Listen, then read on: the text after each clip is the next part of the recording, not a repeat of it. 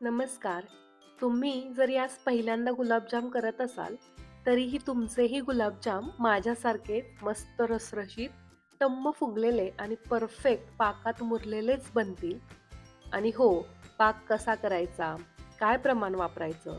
गुलाबजाम तेलात विरघळत असतील तर काय करायचं? पाक जास्त घट्ट झाला किंवा गुलाबजामला पाक पुरलाच नाही, तर काय करायचं? गुलाबजाम तेलामध्ये परफेक्ट रंगावरती कसे तळायचे?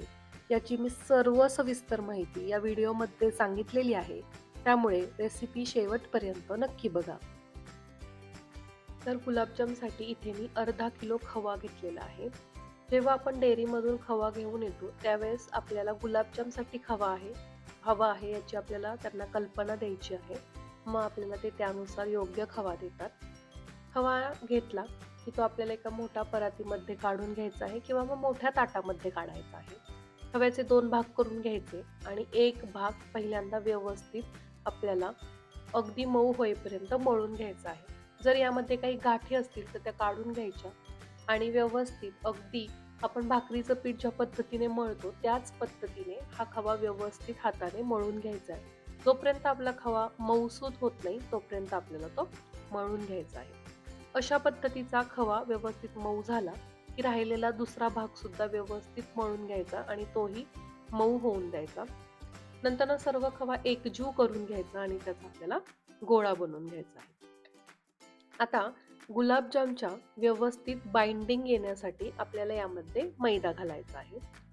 तर जर आपण पावशर खवा घेतला तर त्यासाठी 3 टेबलस्पून मैदा घालायचा आणि आता इथे आपण अर्धा किलो खवा घेतलाय म्हणून आपण यामध्ये 6 टेबलस्पून मैदा घालून घेणार आहोत. मैदा घालून घेतला की हे पुन्हा सर्व छान एकजीव करून घ्यायचं. व्यवस्थित पुन्हा एकदा ते छान मळून घ्यायचं आणि त्याचा गोळा बनवून घ्यायचा. आता आपलं हे प्रमाण योग्य आहे की नाही हे चेक करण्यासाठी त्यातील थोडा भाग घेऊन एक गोळी बनवून बघायची. जर व्यवस्थित गुलाबजामची गोळी बनत असेल, जर त्याला चिरा जात नसतील किंवा ते खाली आपल्या हाताला चिकटत नसेल, तर याचा अर्थ आपला मैदा अगदी योग्य आहे. जर थोडंसं पातळ वाटत असेल, चिकटत असेल, तर आपण थोडंसं यामध्ये मैद्याचं प्रमाण वाढवू शकतो. आता इथे आपला व्यवस्थित गोळा बनतोय याचा अर्थ आपलं मैद्याचं प्रमाण अगदी योग्य आहे. त्यानंतर आपल्याला या खव्याचे एकसारख्या आकाराचे छोटे छोटे गोळे बनवून घ्यायचे आहेत. अगदी मोठे गोळे बनवायचे नाहीत कारण तळल्यानंतर आणि पाकामध्ये मुरल्यानंतर हे गोळे अजून फुलतात तर मग ते खूप जास्त मोठे होतात. त्यामुळे पहिल्यांदा सुरुवातीला गोळे बनवताना छोटे आकाराचेच मीडियम आकाराचेच गोळे बनवून घ्यायचे. गोळे बनवताना व्यवस्थित खवा आपल्या हातावरती छान मळून घ्यायचा, व्यवस्थित गोळा बनवायचा. सैलसर गोळा बनवायचा नाही, नाहीतर मग ते गुलाबजाम तेलामध्ये विरघळू शकतं. आता सुरुवातीला आपल्याला काय करायचंय तर एक 5-6 गोळे बनवून ठेवायचे आहेत आणि आपल्याला सर्वात आधी तर या गुलाबजामसाठी लागणारा पाक बनवून घ्यायचा आहे आणि पाक बनवत असताना साईडला कढईमध्ये आपल्याला तेल गरम करण्यासाठी ठेवायचं आहे. आता आपण गुलाबजामचा पाक कसा बनवायचा ते बघूया.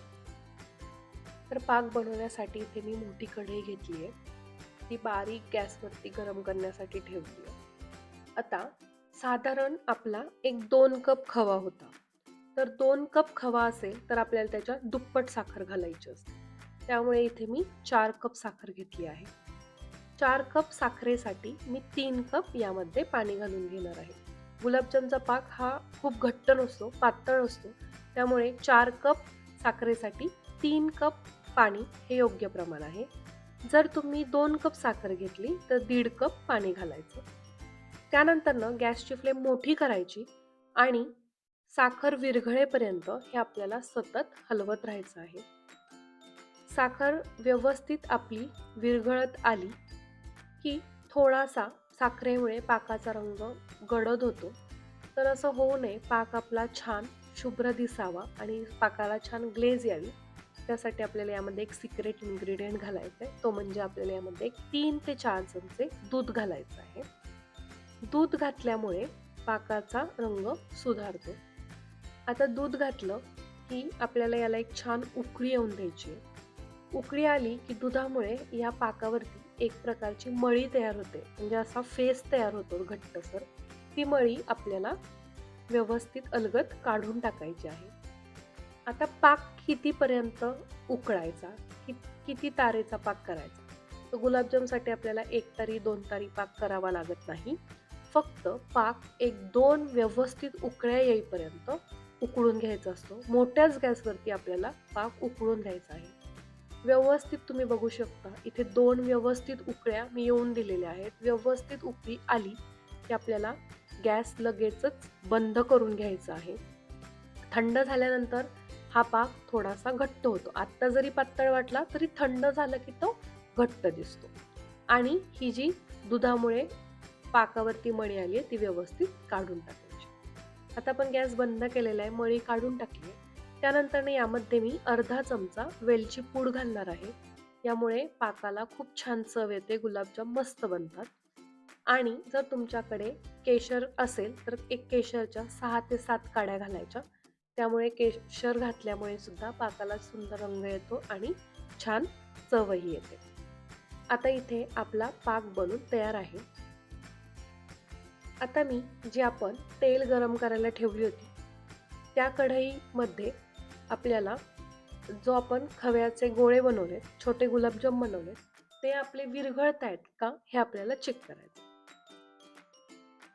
तर त्यासाठी आपल्याला कढईचा गॅस एकदम बारीक करायचा आहे आणि त्यामध्ये हा गोळा सोडायचा आहे. आता जर हा गोळा तुमचा विरघळत असेल तर याचा अर्थ तुमचा खव्यामध्ये मैदा कमी पडलाय. टेन्शन घ्यायचं नाही. आपण जे खवा मळून घेतला होता त्यामध्ये 2 चमचे मैदा पुन्हा घालायचा आणि ते पुन्हा एकदा छान मळून घ्यायचं. दुसरी गोष्ट आपल्याला तेलाचं टेम्परेचर चेक करायचं. जर गोळा टाकल्या लगेच लाल होत असेल तर याचा अर्थ आपलं तेल खूप जास्त तापलंय. त्या केसमध्ये गॅस थोडा बंद करायचा आणि पुन्हा एकदा चालू करून बारीक गॅसवरती आपल्याला तेल थोडंसं गार झालं कीच गोळे सोडायचे आहे. आता तिसरी गोष्ट, तेलामध्ये गुलाबजाम सोडताना कधीही एका वेळेस 10-12 गोळे सोडायचे नाहीत. 7 ते 8च गोळे एका वेळेस सोडायचे आणि हे गोळे टाकल्यानंतर ते लगेच हलवायचं नाही. थोडा वेळ त्यांना सेटल होऊन द्यायचं, त्यांचं कोटिंग व्यवस्थित बनवून द्यायचं. त्यानंतर ते गोळे आपोआप वरती येतात किंवा मग जर खाली लागले असतील तर ते चमच्याने अलगद काढायचे. यानंतर आपल्याला गुलाबजामचे हे जे गोळे आहेत ते सतत हलवत राहायचे आहे. त्यामुळे काय होतं, ते सर्व बाजूनी एकसारखे तळले जातात आणि चमच्याने आपल्याला गुलाबजामच्या आजूबाजूचं तेल हलवायचं आहे. त्यामुळे काय होतं, गुलाबजाम आपोआप हलले जातात आणि ते एकसारखे एका रंगावरती तळले जातात. गुलाबजाम तळताना अजिबात घाई करायची नाही. मोठ्या गॅसवरती गुलाबजाम तळायचे नाहीत. मोठ्या गॅसवर तळले तर त्याला रंग छान येतो, ते तळलेही जातात, पण आतमध्ये खवा तसाच राहतो आणि मग त्यामध्ये पाक व्यवस्थित शिरत नाही, ते गुलाबजाम कच्चे लागतात. त्यामुळे अगदी मंद गॅसवरती गुलाबजाम व्यवस्थित तळून घ्यायचे आणि नारंगी रंगाचे गुलाबजाम कधीच तेलातनं बाहेर काढायचे नाही. आपल्याला शेवटी जो रंग गुलाबजामचा हवा असतो, अगदी त्या रंगाचे खरपूस भाजून द्यायचे गुलाबजाम. सोनेरी थोडासा चॉकलेटी रंग येईपर्यंत, जसे व्हिडिओत मी तळले अगदी त्या रंगाचे गुलाबजाम होईपर्यंत व्यवस्थित तळून घ्यायचे, पण अगदीच करपून सुद्धा द्यायचे नाही. आता आपले गुलाबजाम व्यवस्थित पाकामध्ये मुरावेत आणि पाक व्यवस्थित शोषून घ्यावं, यासाठी काय करायचं, तर आपला जो पाक गरम आहे त्या गरम पाक असतानाच किंवा जरा कोमट पाक असताना लगेचच हे तळलेले गुलाबजाम त्यामध्ये घालून घ्यायचे. गरम पाक असला की गुलाबजाम पाक व्यवस्थित शोषून घेतात. आणि कधीही सगळे गुलाबजाम एकदम तळून घ्यायचे आणि नंतर एकदम पाकात टाकायचे असं करायचं नाही. गुलाबजाम पण गरम पाहिजेत आणि पाकसुद्धा गरम पाहिजे. ह्या झाल्या गुलाबजाम पाकमध्ये व्यवस्थित पाक मुरण्यासाठी आणि पाक शोषून घेण्यासाठीच्या टिप्स. आता जर काही चुकीमुळे तुमचा पाक जर घट्ट झाला तर घट्ट पाक गुलाबजाम शोषू शकत नाहीत, ते शोषून घेत नाही. तर मग त्या केसमध्ये काय करायचं, आपण जे पाकात गुलाबजाम काढले आहेत, टाकले आहेत, ते ताटामध्ये काढून घ्यायचे. पाकाचं जे पातेलं आहे ते गॅसवरती ठेवायचं. त्यामध्ये थोडंसं पाणी घालायचं आणि गॅस चालू करायचा. थोडंसं तो पाक गरम व्हायला लागला की आपले जे गुलाबजाम आहेत ते पुन्हा त्या पाकात घालायचे आणि एक उकळी येऊन द्यायची. असं केलं तर घट्ट झालेला पाकसुद्धा थोडासा पातळ होतो आणि गुलाबजाम दोन्ही मिश्रण गरम झाल्यामुळे काय होतं, गुलाबजाम पाक व्यवस्थित शोषून घेतात. तर हे होते सर्व गुलाबजाम करताना काय काळजी घ्यायची, कसे करायचे, बिघडले तर काय करायचं याच्या टिप्स. गुलाबजाम विरघळत असतील तर मैद्याचं प्रमाण वाढवत राहायचं. त्यामुळे गुलाबजाम नंतर तेलामध्ये विरघळत.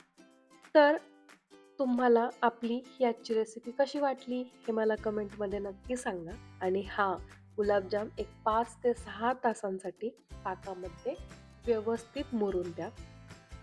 दुसरी गोष्ट सर्वात मेन, की गुलाबजाम मुरायला ठेवताना कधीही उभ्या भांड्यामध्ये मुरायला ठेवायचे नाही.